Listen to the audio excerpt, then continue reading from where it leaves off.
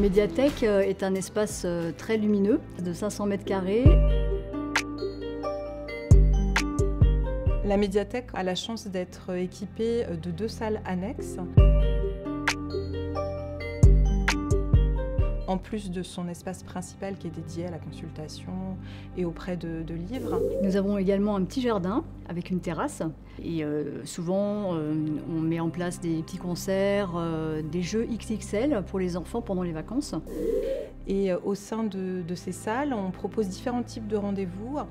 Ça peut être des spectacles en petite forme, par exemple des contes musicaux ou de la marionnette, du cinéma d'animation également.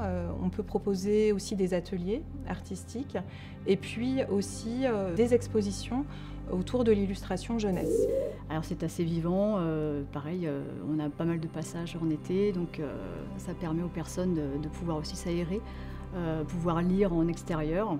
L'idée, c'est vraiment que les enfants soient invités à lire une image, à prendre le temps d'observer des œuvres en vrai, entre guillemets, puisqu'en fait, ce sont souvent des expositions d'illustrations originales ou bien de tirages d'art, des images qu'ils retrouvent dans les albums jeunesse qu'ils empruntent.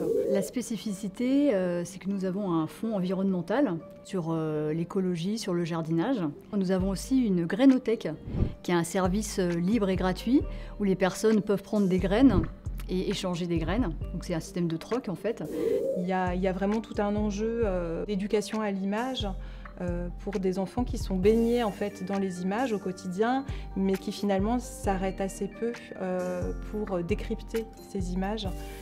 C'est aussi une manière de les rendre curieux d'imaginaires qui sont différents des leurs ou de ceux auxquels ils sont confrontés habituellement, et puis surtout de leur donner envie d'ouvrir des livres et de revenir ici à la médiathèque pour en emprunter. Alors les e-bleds, ce sont des tablettes que les adhérents peuvent emprunter, mais dans la médiathèque.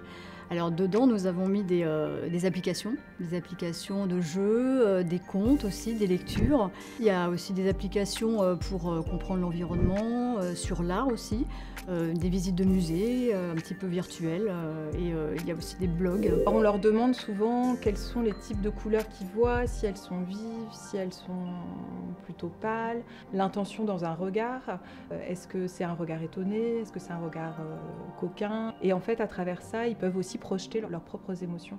On propose aux enfants de revenir avec leur famille pour eux-mêmes faire la visite et devenir un peu des passeurs des images qu'ils auraient décryptées. C'est une grande richesse et ça a permis d'élargir l'offre initiale de la médiathèque et d'ouvrir le lieu vers les arts et également d'attirer de nouveaux publics.